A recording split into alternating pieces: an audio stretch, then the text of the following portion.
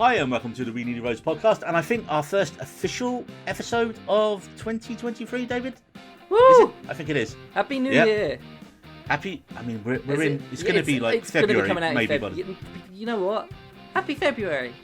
Happy February. It's the, Lunar New Year. Yeah, Lunar New Year only just happened. Nailed it. So...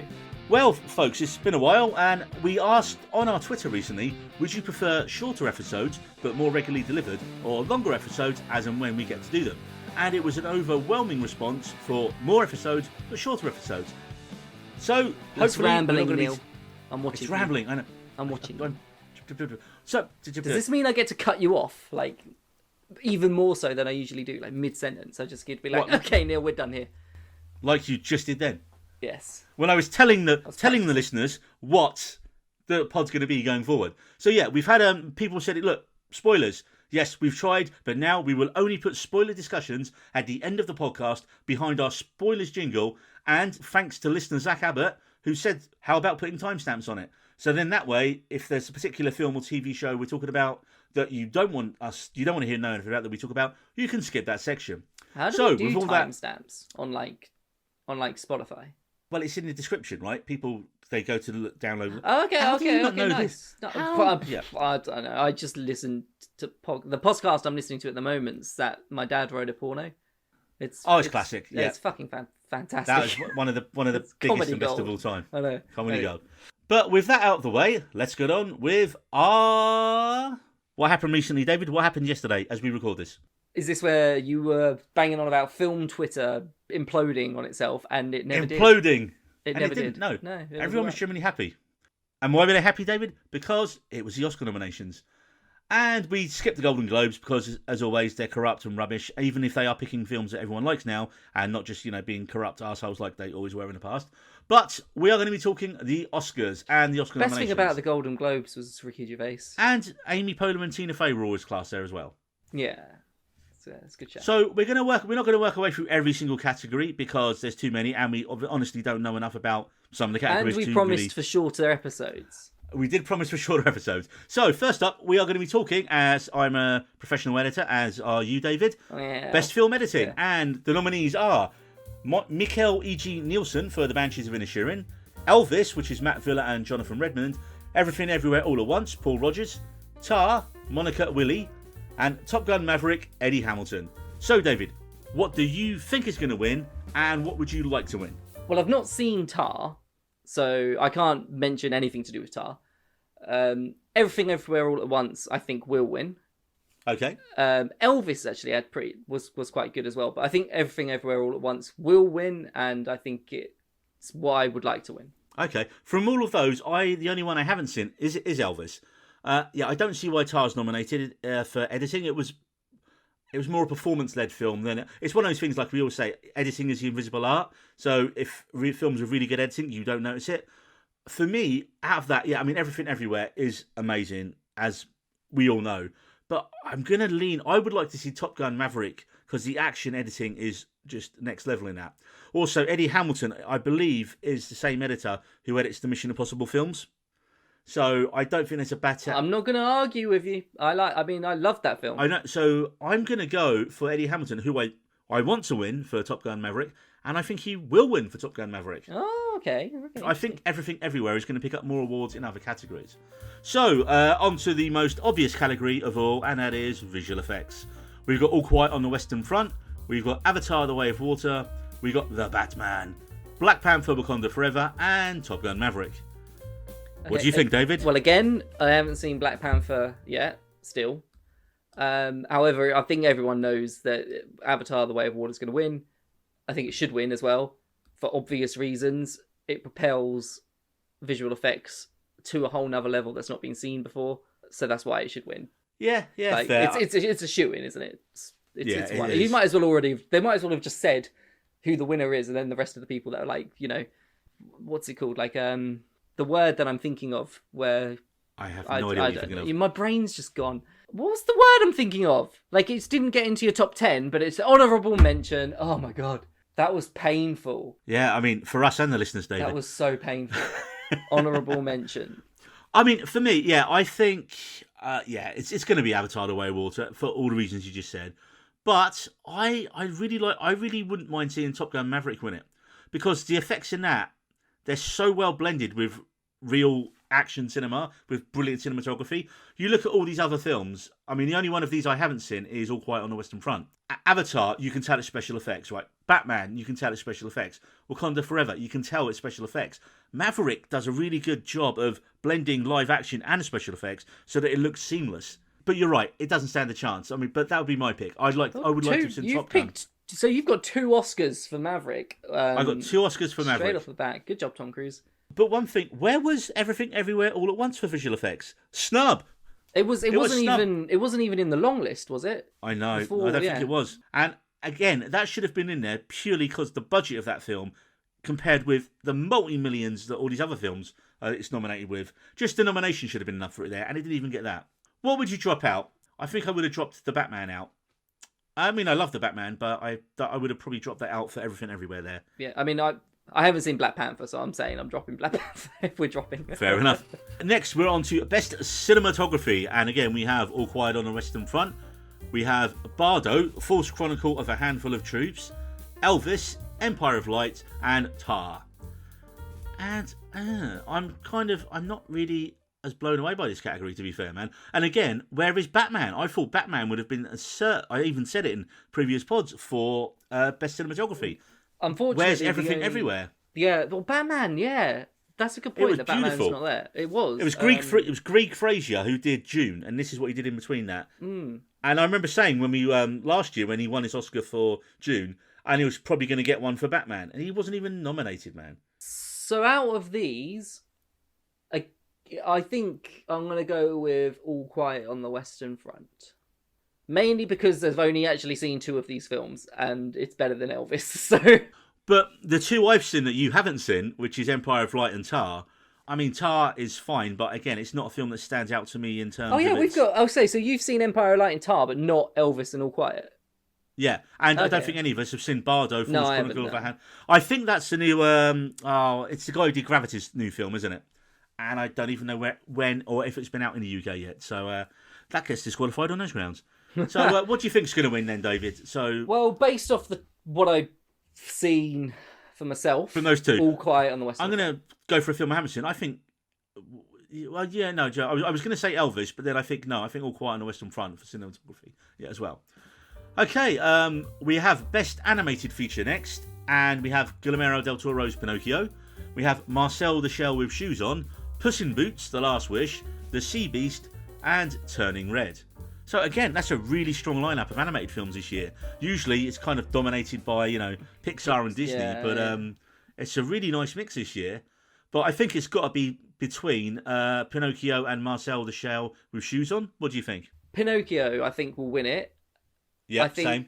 It's I didn't really like Turning Red all that much. It had a good message, and a lot of people really loved it. But as maybe it wasn't my cup of tea.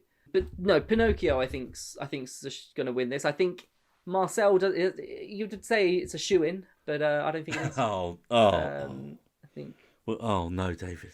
I thought you retired the jokes. No, it's just happened. I'm throwing them in randomly. I feel sorry for Marcel now. I think the same as you, man. I think Pinocchio should win, and it will win. Now we're on to the screenplay section, and Best Adapted Screenplay. We have All Quiet on the Western Front, Glass Onion and Knives Out Mystery, Living, Top Gun Maverick, and Women Talking. And this is a kind of a harder one to pick, because we've got a few films here that haven't been in some of the previous categories. So it's the first time you've seen Glass Onion pop up. Living, which I saw just before Christmas, which I thought was amazing. And Women Talking, which is Sarah Polley's new film, which I think is only on very limited release in the UK at the minute. When these were being announced, Women Talking, I think, got the largest cheer. Really? That it was even, just amongst the film crowd. Did you see? You know how it is, where they're like, All Quiet on the Western Front. Clap, clap, clap, clap, clap, clap, clap. Yeah. Glass Onion. Woo. But then Women Talking, everyone was just like, yeah. Do you know much about Women? I don't know much about the film itself, but I know the director, Sarah Polley, not personally, but she was like a really good actress in some indie stuff in the 90s and early 2000s. And obviously she's become a filmmaker herself now.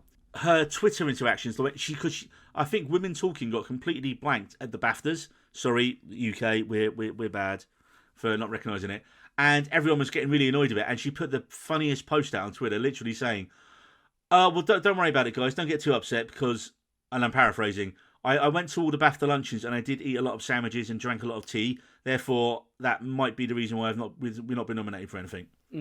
Well, women, which was very funny. This is one of those perfect examples of why the Oscars are still quite important and significant. It's because it's one of those films that you wouldn't watch unless it was nominated or unless it was a winner of a certain category. Yeah, I mean, and you're kind of right in that. Like tomorrow night, I'm seeing The Whale, and everyone's like, "Oh yeah, it's Brendan Fraser. You know, he's gonna be superb in that." But you look at the subject matter of the film, and you know it's going to be like a real sort of strong, hard-going, emotional drama. Yeah. And Tar was kind of similar. I'm watching it going, it's a brilliant performance. I'm enjoying that aspect of it, but it's not a film I'd watch again on purpose, especially it was like 2 hours, 40 minutes. And the Oscars are exactly that, aren't they? There's a lot of, smaller, more niche fare with great performances and great scripts, usually, that bypass the kind of box office multitudes. It's very rare you get a film, and probably the only one in the all the films we're talking about this year is Top Gun Maverick, where it's biggest film of the year, and it's actually been nominated for a handful of awards. But we've got off the point, Best Adapted Screenplay. So out of those ones, David, that you've seen, what do you think? Oh, actually, sorry, before we get to that, Glass Onion and Knives Out Mystery, adapted screenplay. But I thought this was an original film. My friend Nick, who works in the office, we was talking about this today, and he said, well, how is that adapted screenplay? Surely it's original screenplay. And I don't know the answer, David. Do you know the answer without Googling? I don't know. I guess it's because... Has he ripped someone else off? Him as a character. Well, no, the character and of Glass Onion and everything like that is adapted through various different things, isn't it? I think it was his own character, but he was like influenced by loads of different things. So maybe the story was also an influence, and it couldn't be. I don't quite. No, I don't know. Do you know? I don't know. That's why I was asking you. I thought you were going to. And that's why Nick asked me in the office today. So I was like, I don't know that, but I'm going to ask you on the podcast. So, if you know why Glass Onion and Knives Out Mystery is in for Best Adapted Screenplay as opposed to Best Original Screenplay, and I'd argue it shouldn't really be in either, then please drop us a message, put it on our Twitter, put it on our Insta, and let us know why. And we'll let you know on our next episode, if we know by then, which we hope we do. So out of these films, David, which one do you think is going to win? This is one where I like All Quiet on the Western Front to win again. Okay. But I don't think it will. I think it'll be one of either Living or Women Talking, one of the ones I haven't seen. I don't think Top Gun Maverick will win. I think All Quiet on the Western Front I'd like to see win, but from what I can understand, people actually disliked it as an adaptation from the book because it changed. Yeah, a lot you mentioned this on your review of it a few episodes back. So that's why I'm a bit tentative on it actually winning. It's a funny category, actually, this one, because, again, I don't think Knives Out is that good compared to the first film to be nominated for an Oscar. And as much as I love Top Gun Maverick on the action and spectacle and technical side of things, script? Really? Screenplay? Yeah, that's. That shouldn't be nominated. That's a spot that should have gone to a much better film. Well, a much better script, sorry. I would like to have seen Living win it, because I thought that was a beautiful film. Like we said, it was adapted by Kazuo Ishiguro from the original Kurosawa film. But I think it's going to go to, and this is purely why it's in this category, Women Talking. I don't think it's going to get any of the bigger ones later on. I think this is where it picks up its Oscar. Yeah, no, I agree.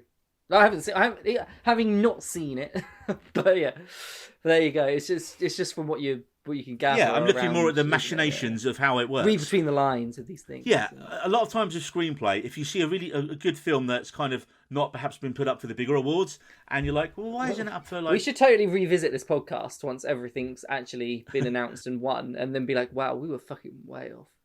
Or we were spot on. We are box office prognosticators of prognosticators. We're like the groundhog from Groundhog Day. Yes, 12 more weeks of winter, folks. Well, it is in England because it's January. So, yeah, definitely. We're not seeing the sun or, sunshine. Actually, it's not been bad. Anyway, off the weather and on to Best Original Screenplay. And we've got Martin McDonagh's The Banshees of Inisherin, Daniel Kwan and Daniel Scheinhardt's Everything Everywhere All at Once, The Fabelmans by Tony Kushner and Steven Spielberg, Todd Field's Tar, and Ruben Östlund's Triangle of Sadness. Now, I have no problem with any of these, man. They're all really, really good nominations. Have you seen Triangle of Sadness? I've seen half of it and I dozed off and I haven't gone back to it. And I didn't get to where it got really good. It's on my list again. Yeah, I keep meaning to watch it, but it's 2.5 hours, and it's just finding 2.5 hours when I'm not like mentally dead. Yeah, you got to. I get it. It's one of those. And I want to enjoy it when I watch it. I don't want to just start watching it and doze off again. So, but I hear there's a special Criterion 4K coming out of it, so I might just wait and then buy it and then watch it then. Out of these, Banshees is what I'd like to win and what I think will. I'd like Banshees to win, but I think it's going to be everything everywhere. Yeah, I think if Banshees wins this, it doesn't pick up bigger ones later. Well, not necessarily. Well, well, this is what we were saying offline earlier, that I think there's not anyone... I mean, obviously, Everything Everywhere is the most nominated film this year, with Banshees pretty close behind it. But I think, and I think you agree with me, that the awards are going to be split fairly evenly amongst all these films. It's not like one film is going to... I mean, it'd be amazing, wouldn't it, if All Quiet on the Western Front picked up 10 Oscars and everyone was like, But look, well, Everything Everywhere is the one that's nominated for 11, isn't it? Yeah. So that could match. What is it? Return of the King with 11. Return of the Quan. But I'm right in saying Return of the King had 11, right? I didn't just pull that out of my ass. I don't know. You could have been talking out your ass. You know what? I might. People will know. There hasn't been a standout that film's going to sweep for a long time at the Oscars. No. There's always been like three. Probably since Titanic or Return of the King. I'd like to see Banshees do it, but I think if it doesn't win it here, it wins big later on. But if it does win here, it's not going to win big later on. So I think Everything Everywhere might take it. Okay. What about Tar? Did you? No. Tar, if anything, gets the acting awards for me. I think that's its biggest chance is Blanchett. The Fabelmans? I haven't seen it yet. I'm seeing it on Friday. I'm seeing it in 2 days' time. Okay. So can't really tell you. But it's a semi-autobiographical story of Spielberg's life, right? So again, I don't think it's going to have... It's going to be like a warm, fuzzy ode to cinema / film, isn't it? So I think that Banshees... There's been a few of those recently. Like celebrating Hollywood or celebrating being like an ode or a celebration of cinema and all that sort of stuff. We'll talk about it on an upcoming pod, mate. I saw Babylon on Friday night, and that was definitely a film I saw. Empire of Light, it's the same thing. Empire of Light. They're all completely different. Yeah, but you know what I'm saying. They're all. But that's what I mean. Yeah, you've got 3 films where cinema is it essential seems to be tenet the go-to at the moment in terms of narrative. As we always say, man, Hollywood loves films about Hollywood. So, moving on from screenplay, we are up to Best Director, and we have got Martin McDonagh for The Banshees of Inisherin, The Daniels for Everything Everywhere All at Once, Spielberg for The Fabelmans, Sir Steven Spielberg, if he's not, he probably should be, Todd Field for Tar, and Ruben Östlund for Triangle of Sadness. So I think everyone there, bar The Daniels, has been and Ruben Östlund has been nominated before. So, David, from this list, who do you want to win and who do you think's going to win? Martin McDonagh. I'm going to go Martin McDonagh. Yeah, I was about to say you've seen Banshees of Inisherin, you've seen Everything Everywhere. Yeah, I'm going to go with Martin McDonagh. I find it hilarious that the Daniels are up for it. I mean, like... The Farting Corpse movie. Yeah, I know. With the Daniel guys who made the Radcliffe. Farting Was it Swiss Corpse Army movie? Man, was it? Swiss Army Man, yeah. Yeah. The guys, they literally go from that to 11 Oscar nominations. Amazing. Oh, yeah. Spielberg, I haven't seen the film yet. I'm sure it's going to be really good and amazing because it's Spielberg. But I don't think it's going to be like his top tier ones. I mean, it could be, but... And Tar, again, there's nothing about the film visually or directorially that stands out for me. It's a performance film. And I guess you can argue that everything has been tailored in that to make the performance the centerpiece of it by Cate Blanchett. But it just does. Spielberg seems to have like every He's year. Prolific, he isn't he? There. Yeah, like wasn't he in last one for West Side Story? Yep, West Side Story was up for a bunch of stuff last year, wasn't it? So. And then the Post. When did the Post come out? That was nominated for loads. I completely forgot about that as well. Yeah, I think when it comes to director, showy sometimes isn't always the best thing. So yeah, I think I'd like to see the Daniels win it because it's just so inventive, the direction, and on the scale of the budget they had for Everything Everywhere. But also I did love the simple elegance of Banshees of Inisherin. So I think Neil's brain hurt. I'm going to decide. So I think Spielberg. Yeah, Ruben Östlund. No, yeah, Martin McDonagh. I'd like to see him win, and I think he will win. Same. Right, that brings us on to Best Supporting Actor. And again, hell of a category here. Brendan Gleeson from Banshees, Brian Tyree Henry from Causeway, Judd Hirsch from The Fabelmans, Barry Cohen from The Banshees of Inisherin, and Ki Hai Kwan from Everything Everywhere. And this is... I think you can take out Brian Tyree Henry for Causeway and Judd Hirsch for The Fabelmans straight away. And it's just maybe even Brendan Gleeson as well. I think it's a straight race between Barry Cohen for The Banshees and Ki Hai Kwan. And I think it's going to be Ki Hai Kwan's, just because Hollywood kind of almost needs to give it to him for the way they treated him over the years. I mean, if you're not familiar with the story, and I'm sure No, all of you are, I am, but you can go for it. He was a child actor, and his first film was Indiana Jones and the Temple of Doom, where he played Short Round. And then straight after that, he did... so his first film was with George Lucas and Spielberg. Then his next film was The Goonies, and everyone loves The Goonies, and he played Data in that. And of course, that was directed by Richard Donner, who, Superman, Lethal Weapon. So two amazing directors and masters of their craft. And then he didn't get a single other role after that. And essentially, he kind of said himself, he kind of aged out. His Golden Globes speech was his Golden Globes, wasn't it? Where he did that speech. Yeah, it was beautiful. Give it a tweet or whatever. Find it somewhere on YouTube. His speech. There's so much goodwill behind him to win this, because it completes that thing that Hollywood loves, an epic comeback. However, so I think he's going to win for it, don't you? Yes. But I'd love to have seen. Well, I think I agree with you, and I think Barry Coogan, and him. It's between the two of them. I'd like to see. You know what? I'm happy with any of them except the ones I haven't seen, obviously. Yeah. So from the three you've seen, I think it's between Barry and Key, though. To be fair, I mean, he's so heartbreakingly brilliant in The Banshees of Inisherin. So you know what? I want him to win. Yeah, I want him to win. I think it would just be a lovely, lovely story. I think I'm hoping for two lovely stories here: in actor in supporting role and actor in leading role. Well, this brings us up to a Best Supporting Actress.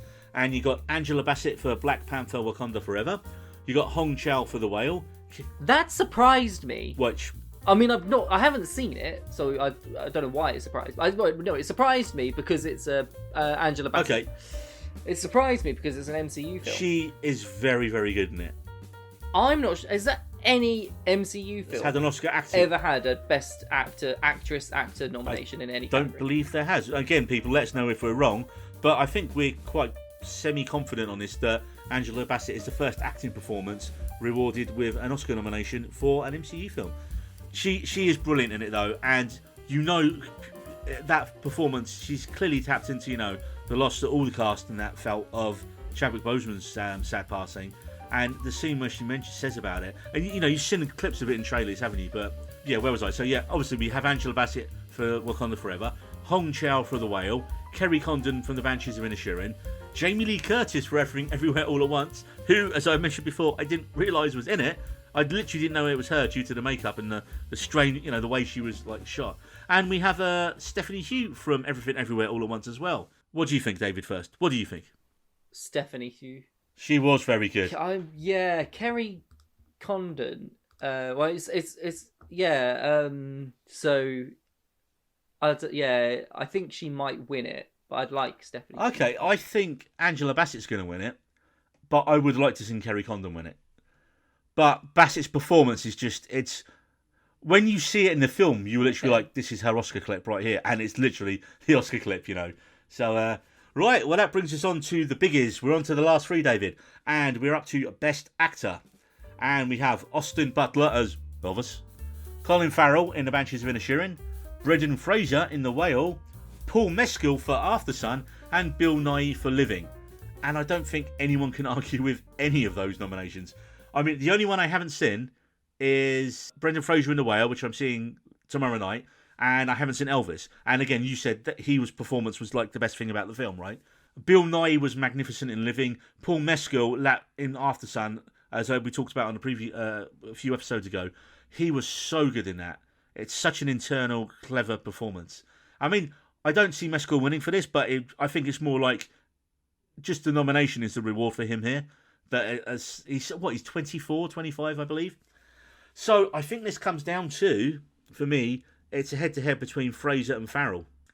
And I'd love to see Farrell win it because I think that's his best performance I've ever seen out of him. And I've not always been a fan of Farrell. I think he can be a brilliant actor in the right hands, and obviously those hands are Martin McDonagh's hands. And you can put him in another film. I mean, one of the worst films I think I've ever seen was the remake of Total Recall that I've mentioned on this pod before. And Farrell was in that, and he didn't act; he just reacted. He would run, he'd look at something, he would talk, and it was like watching a robot. He was terrible in it, but he's so good in Banshees as this guy who just doesn't understand why his best mate doesn't want to be friends with him anymore. And like you can see, he can't compute why all this is happening to him, and it's just but I'm a nice guy, yeah, but he's dull. He's dull, but he's a nice guy. What do you think? Who wins? Who do you want to win? Who do you think wins? Hands down, I want Brendan Fraser to win, just because the man was my childhood. Like I said, The Mummy. I fucking love The Mummy. I mean, I want him to win more of a Hollywood recognition award. This is it. But I feel like that this would be it. It would be like, I feel like it would be so good for him. I feel like it's like the other, like the best supporting actor role. I think it would just be not a beautiful little moment. It would be such a lovely moment. I think Austin Butler will win. Really? I don't. Yes. No. Yeah, I think Austin Butler will. They do love biopics. I think there were moments in that Elvis film where you couldn't tell whether it was archive or not. Okay, that sounds promising. So you think you'd like to see Brendan Fraser win, but you think Austin Butler did it right there. Yeah. He's going to win. Yeah, I think Austin Butler will win it. Okay, yeah. He won the Golden Globe, didn't he? Did he? Oh, yeah, he did. But I think I would love Brendan Fraser to win. I haven't even seen The Whale yet. I do want to go and see it. I think you're right. I think Fraser's going to win it because it's that whole Hollywood redemption storyline. Like you said, when he was at his peak of We're fame. creating storylines for the Oscars here. Well, the Oscars isn't meant to have storylines. But it clearly has, though, isn't it? Clearly has, because everyone, like we said in the other category, everyone wants Ke Huy Quan to win because of his story. Child actor, then couldn't get work for years. 31 years later, is an Oscar-nominated actor. Same here with Brendan Fraser. He was big box office star in the 90s with the Mummy franchise, George of the Jungle, other films like that, and then, well, I mean, he's been open about it now. He was sexually abused. He was sexually abused by someone at the Golden Globes, and they kind of blackballed his career after that because he was, even stupid films that he did, like Bedazzled, and George of the Jungle. The man was just in so many. Oh, for me, mate, you have to go back to loved Airheads. Him, Adam Sandler, and Steve Buscemi. Yeah. Classic. I think for him to be even the nomination. Even the nomination for the recognition of the not take Hollywood and the fact that they screwed him over out of this, but for him, it's almost like that recognition, that he can act. He is a proper actor. It's what's it called? Where you are recognised for being good at something, and there's lifetime achievement. No. There's a word for it where you don't think you're good enough, but then somebody who What is the word, David? I can't think of the word, but it's is like it a bird? Recognition. Everybody's it's heard that about recognition the word. that he gets The bird, for bird. The word being a good actor, which I feel like he needed for himself, and I think it would be such a lovely thing. I was looking back, man. Like, he did Gods and Monsters in '98 with Ian McKellen. He did The Quiet American with Michael Caine. He was doing those films. He was moving in, from the blockbusters into the more, serious drama roles at that point. I tell you what, I saw him in his comeback. Really, for me, I saw him in Doom Patrol. It's a bizarre one because it's one of the DC Universe shows, except it's not really connected to anything else, and it's a lot more adult in content. Well, he's a robot, but he's a man trapped in a robot's body, so it's like brain and voice. But it's really clever, man. And the fact he gave such a brilliant performance, and you don't see his body at all, and you get the odd flashbacks of him. But Doom Patrol was like his kind of comeback thing that I saw him in. So, like I say, I am seeing this tomorrow. I am seeing The Whale tomorrow night. But I think, like you, I think Fraser's. Well, you thought Austin Butler's going to win. I think Fraser will win, but I'd like to see Farrell win because I love his performance in that. Of course, I could have changed my mind by this time. How can you not want Fraser to win? Well, I haven't seen the film yet, and I'm seeing it tomorrow night, so I can't really see pass the film on it. And then you'll want him to win. And then I'll change my mind. Fingers crossed. Yeah.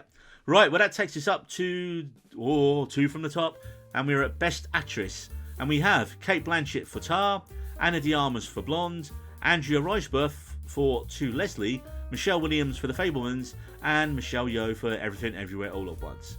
And again, I think this is a direct head-to-head between Michelle Yeoh and Cate Blanchett. What do you think, David? Well, I've only seen one in this category, so I'm And that was very biased. Blonde, wasn't it? Oh no, didn't you see No, Blonde? no, I've not seen Blonde. It's Michelle Yeoh. That's the only one I've seen. It's okay, fair enough. So I'm going Michelle Yeoh because she's the only performance I've actually experienced. Angela Risborough was an interesting case, wasn't it? One, wasn't she? Yeah, that came out of nowhere. Apparently, that was like a kind of coordinated campaign by people to, like, on the last couple of days via social media and other means to, like, get her on the bill, and it happened. So I haven't seen her in too much, but everything I have seen her in, she's been brilliant. She is one of those actresses. I don't. Is it Risborough or Risborough? Risborough, I think, or it could be Risborough. We're awful. We don't. People know this We're by now. awful. Yeah, they know.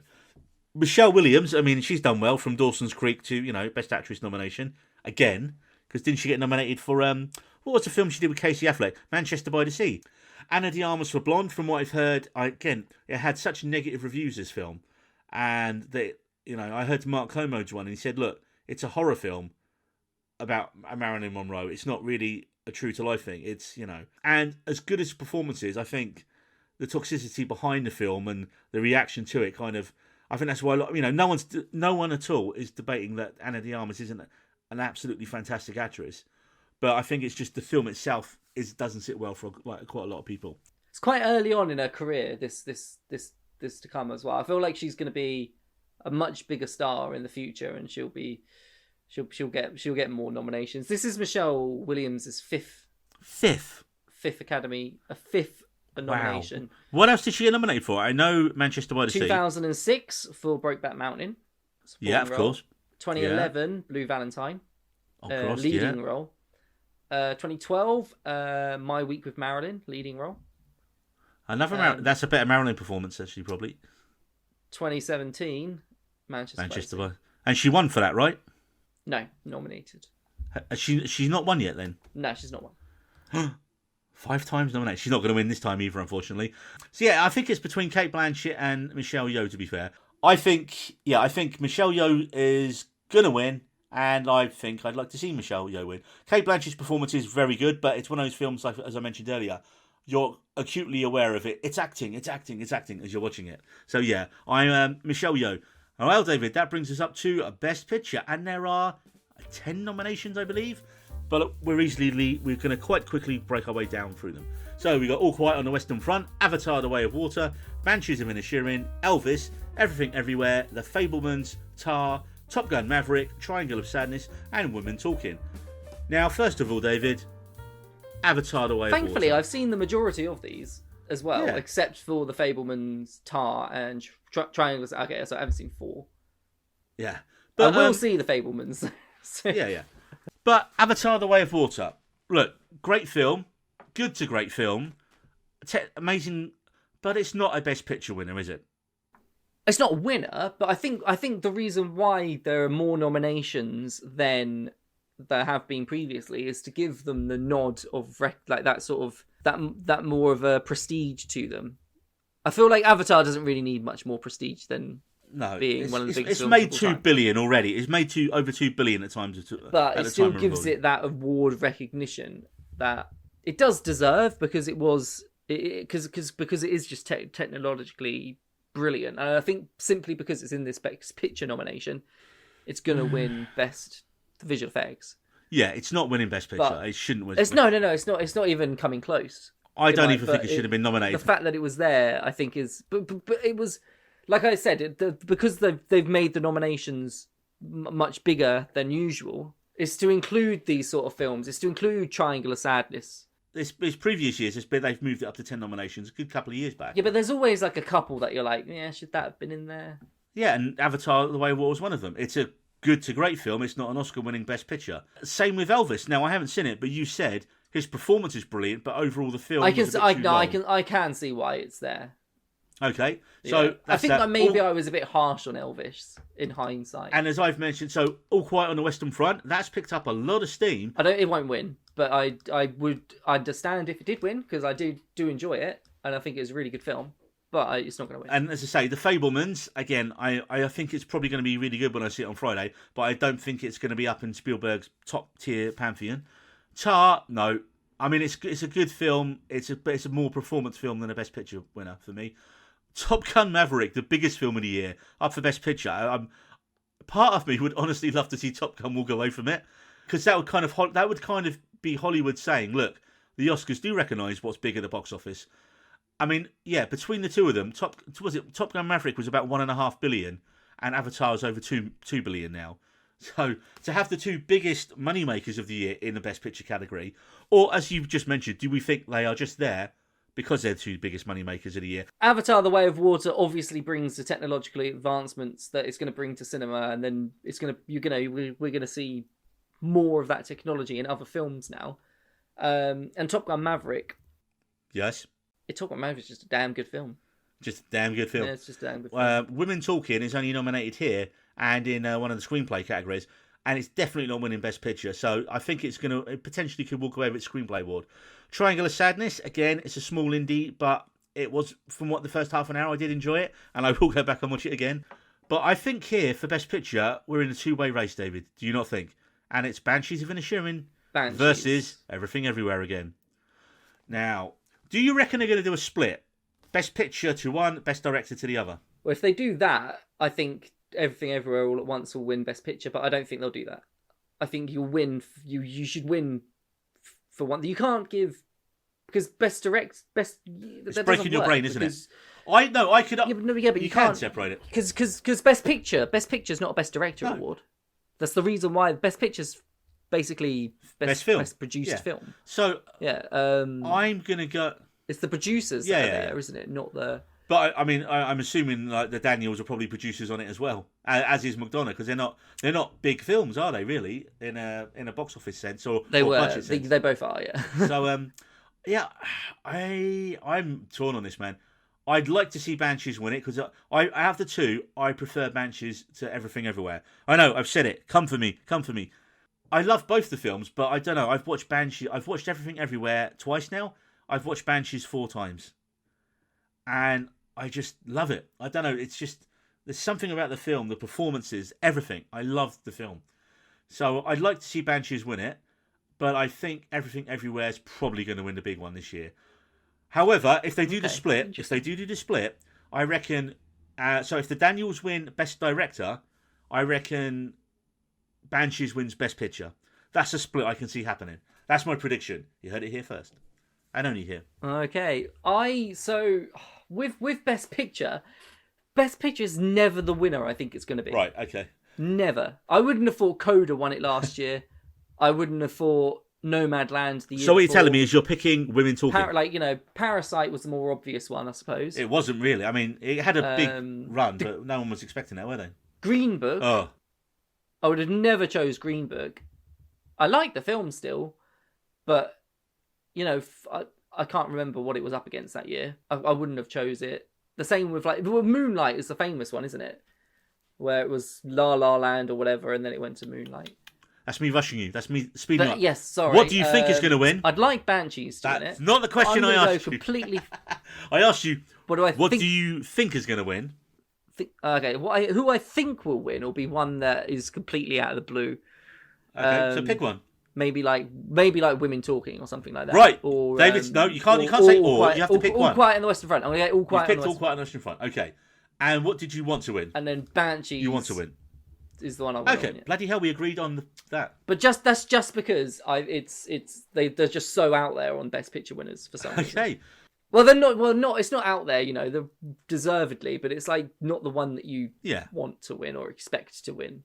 Like Power of the Dog, for instance, was the big one last year. I think everyone thought was going to win. But before we go, we did ask what you thought about the Oscar noms on our Twitter a little while ago, and we got some shout outs to the following friends of the pod. SP Film Viewers said, "I'm glad the Banshees of Inisherin has been nominated for a lot of categories. Great film. 100% agree, guys." Cage Fighting Pod, not the MMA one of the premier Nicolas Cage podcasts said, "Cinematography snubs for Top Gun and The Batman, but I'm happy with the acting choices, especially for Riseborough. She's always a 10 out of 10. The podcast nobody asked for, which is actually their name and not me being rude, Very happy Stephanie Hsu was nominated. She deserves it. I love Ana de Armas, but for various reasons, I don't think Blonde should be nominated for anything. So, there you go. There's our Oscar picks. And I'm sure we'll be... Before you go, mate. What? One thing I will say. If All Quiet on the Western Front wins, will it be the first Oscar film? This is another question we can pose to our Twitter people. Will it be the first Oscar film that's won twice? That's a good question, David. I don't actually know that. So, yeah, there's a question for our audience that we can put out there on Twitter. What film has won Best Picture, and then the remake of that film has also won Best Picture? Let us know on our Twitter, because we don't, and we're too lazy to Google. Yeah, or just like another adaptation of it. Yeah, that'd be good to know. Because if it will, because it definitely won before, right? I don't know. It did. I'm 100%. You don't sound 100%. I'm nearly 100%. I'm nearly You're down to like 100% 78% now. So I'm sure it did. No one believes you, David. I'm No sure one it did. believes you. It was one of the earliest wins. Yeah. Before, like, when the Oscars was really like a little baby. Baby Oscar. Yeah, it's like 95th year or something now. Anyway, that's all the time we got for on our Oscar predictions podcast, and we will see you again next time. The Oscars would probably be dead if it was a person. Stop talking. We're trying to be quick, David. We're trying to end the pod quickly. End it. Yeah, that was What's my it? ending. That was my terrible. Go and think about what you've done in the corner. We needed roads.